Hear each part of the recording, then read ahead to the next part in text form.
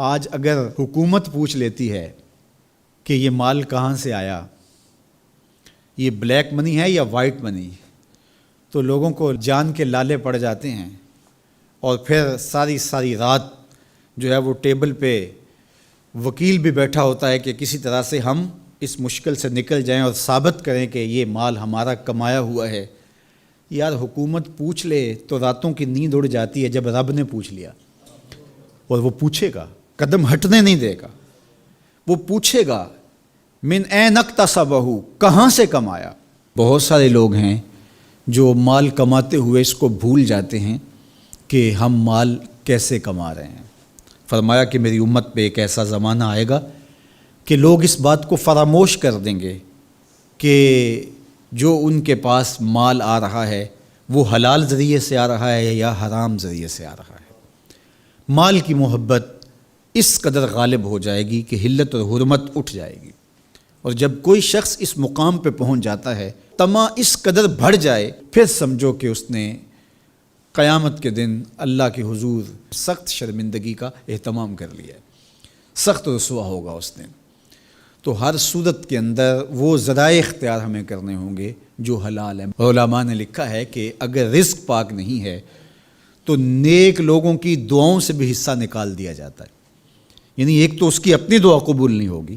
دوسرا نیک لوگ جو دعائیں مانگتے ہیں، اللہ پوری امت پہ رحم کر، پوری امت کی خیر فرما،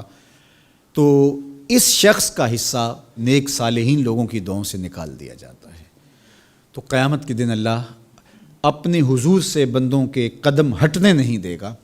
جب تک یہ سوال نہیں پوچھ لے گا کہ تم نے رزق کمایا کہاں سے۔ اور پھر دوسرا سوال ہوگا کہ وفیما انفقہ، اس کو خرچ کہاں کیا۔ عمومی طور پہ ہم اس پہ تو زور دے دیتے ہیں کہ مال حلال ذریعے سے کمانا چاہیے، کسی سے زیادتی نہیں کرنی چاہیے، جھوٹی قسم سے مال نہیں کمانا چاہیے، کسی کو دھوکہ دے کے مال نہیں کمانا چاہیے، مال کمانے کے ذرائع اچھے ہونے چاہیے، یہ اس پر تو ہم توجہ دیتے ہیں۔ لیکن سوال یہ بھی ہوگا کہ صرف یہ مسئلہ نہیں ہے کہ تم نے کمایا کیسے، یہ بھی مسئلہ ہے کہ تم نے مال کو خرچ کہاں کیا، مصرف کیا تھے اس کے۔ فضول خرچی میں، اسراف میں تو وہ مال حلال کی کمائی تم نے ضائع تو نہیں کر دی۔ ہمارے مالک نے تو ہمیں جو مال ہے اس کو بے وقوف لوگوں کے ہاتھوں میں دینے سے منع کیا ہے۔ بچے ہیں جو مال کے مصرف کو نہیں جانتے، اس طرح گھر کی وہ خواتین جو مال کے مصرف کو اچھی طرح نہیں سمجھتی اور فضول خرچی کرتی ہیں، تو شوہر کی ذمہ داری ہے کہ وہ اخراجات کنٹرول کرے۔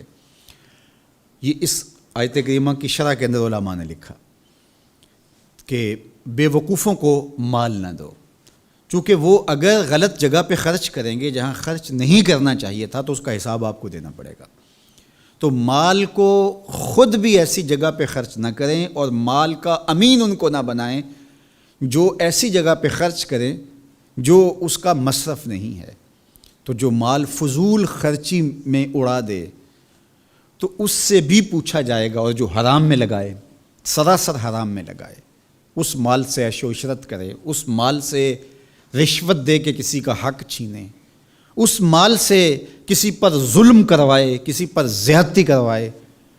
تو کیا اس کو حساب نہیں دینا پڑے گا؟ تو ایک ایک پائی کا حساب دینا پڑے گا۔